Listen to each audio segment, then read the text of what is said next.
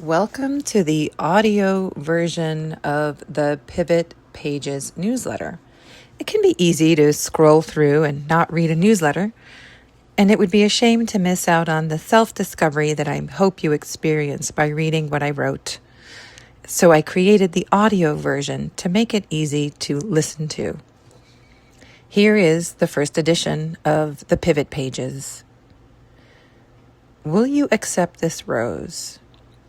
Actually, no thank you. Rowing is like dating. Imagine someone took The Bachelorette and turned it into an extreme sport. That was basically my life for a while. I had signed up to row across the North Atlantic Ocean with 3 men. No cameras, no cocktail parties, no dramatic rose ceremonies. Just 4 people, 1 tiny boat, and an absurd amount of ocean. I kept laughing because I was the only woman on the team. It felt like the world's weirdest dating show. Fortunately, there wasn't any romance. Unfortunately, there was plenty of communication. And whoa, communication is fascinating. Have you ever had the experience where you're absolutely certain you're speaking English, but somehow everyone hears a completely different language? You explain, you clarify, you try another example, you send a thoughtful text, you make the phone call, you soften your tone, you ask better questions. You become an Olympic gymnast of communication, twisting yourself into increasingly creative shapes, hoping that this version will finally land. Meanwhile, your nervous system quietly whispers, "I'm really getting tired down here."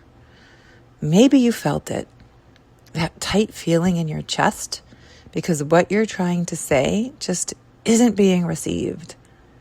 The knot in your stomach after replaying the conversation for the 15th time, lying awake wondering, what else could I have said? As a recovering perfectionist, that's been my default setting for years. If something wasn't working, I immediately assumed there was another, better way I should communicate. Maybe I wasn't clear enough, kind enough, patient enough. Maybe if I just found the magical combination of words, everything would click. But something beautiful happened through this rowing adventure. I realized I've actually learned a tremendous amount about healthy communication, more than I gave myself credit for.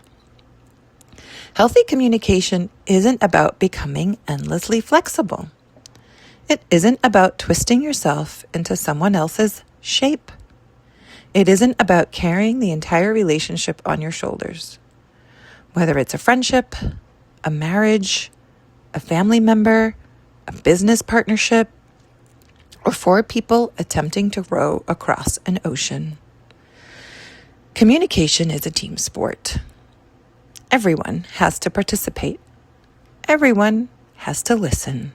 Everyone has to be willing to pause long enough to understand instead of simply waiting for their turn to speak.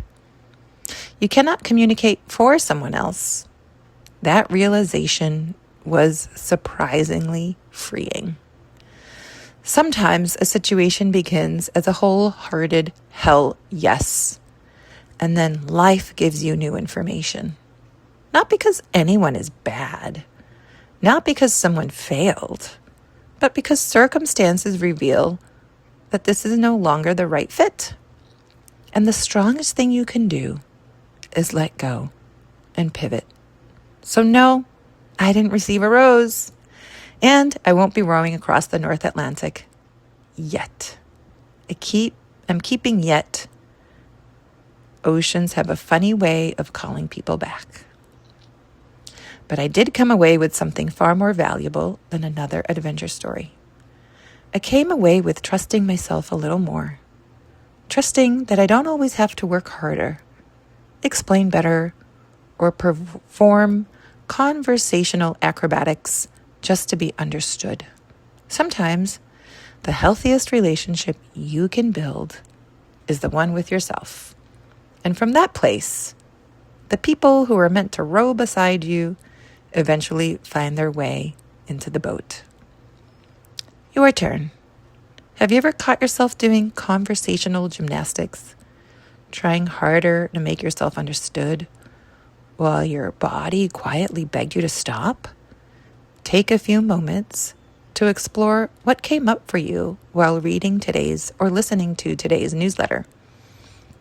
Write it out in the Pivot Pages journal and begin creating your own Sunday self-discovery ritual. Sometimes our biggest breakthroughs don't happen while we're reading. They happen while we're writing.